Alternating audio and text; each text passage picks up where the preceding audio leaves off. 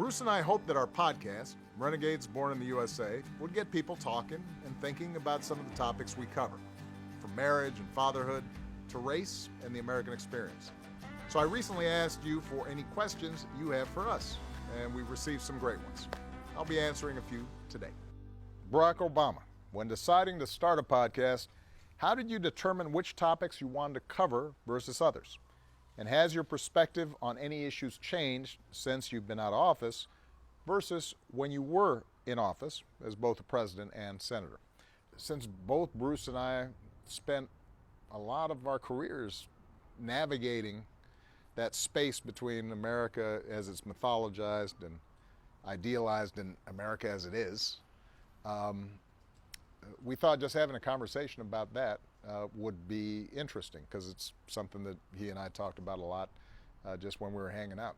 And so there's certain topics when you're talking about that gap between the myth and reality of America that have to come up. Issues of race, issues of class and economic inequality, issues of power, issues related to masculinity and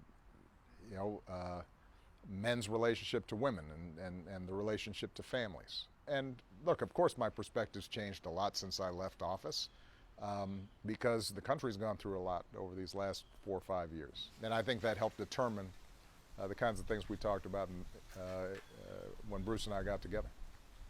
What were some of the sounds and songs that capture the many cultural influences of your upbringing? This is a great question. So in addition to all the musical influences that I think most American kids would have, I had some kind of weird ones, like Javanese flute music. It's called kakapi sulit, and it's beautiful. It's sort of this haunting, meditative melodies. Question from Tracy. Did you feel that being a dad helped repair and heal some of the pain caused by your father's abandonment? Tracy, absolutely. You get outside of yourself. The humility that comes with recognizing, turns out I'm not a perfect father either. And seeing your children love you even when you are imperfect. All those things I think help you grow up a little bit. We know your particular affinity to the rap greats like Kendrick, Jay-Z, and Drake, among others. So do you have one verse you can recite by heart? So first of all, Complex, you do not want to hear me rap.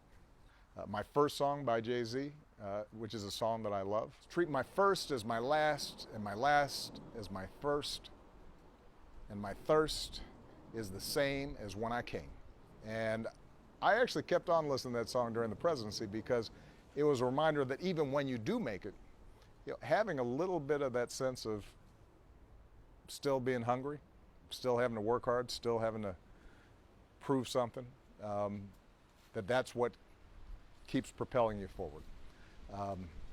But I'm still not going to wrap it. This is a question from Dax. Having grown up without a father present, did you find yourself obsessively seeking approval from your male peers? And if so, what were some of those masculine rites of passage? It's interesting. I don't think that I was consciously seeking out approval from male father figures because of my father's absence. What I do think is that I spent a lot of time having to figure out how to show this absent father that I had my stuff together, that I could succeed even though he wasn't around.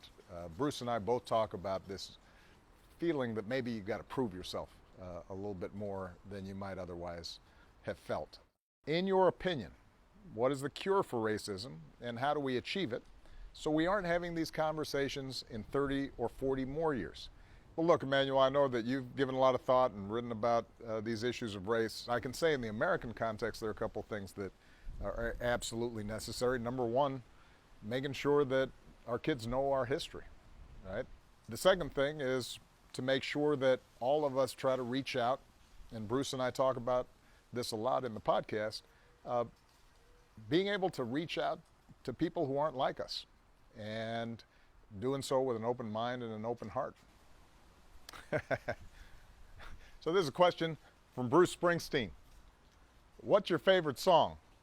Well, of course, it's got to be A Promised Land by Bruce Springsteen.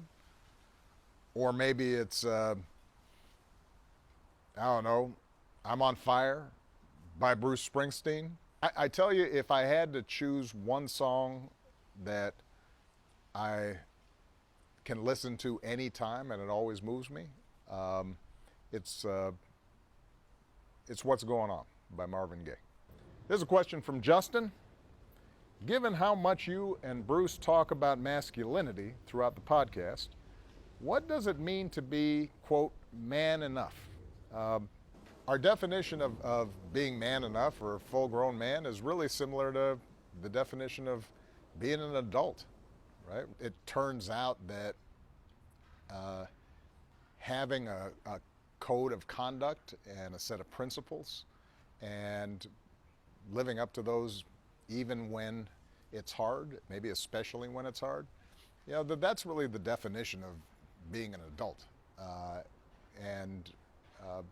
You know, all the other stuff about how much money you got, or you know, how many dumbbells you can lift, or you know, your ability to dominate others and put other folks down, you know, that is a trick bag that I think Bruce and I talk a lot about trying to get out of, and making sure that we're not passing on to younger men and boys that are coming up behind us and may look up to us.